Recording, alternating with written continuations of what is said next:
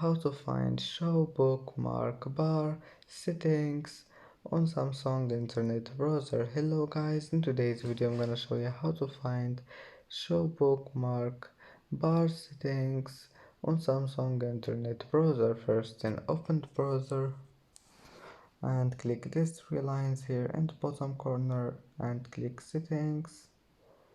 Here you will find layout and menu. Click on it and turn on show bookmark bar, and you can turn it off again just by one click. It's easy, and as you see, that's how to find show bookmark bar settings. And that's it for today's video.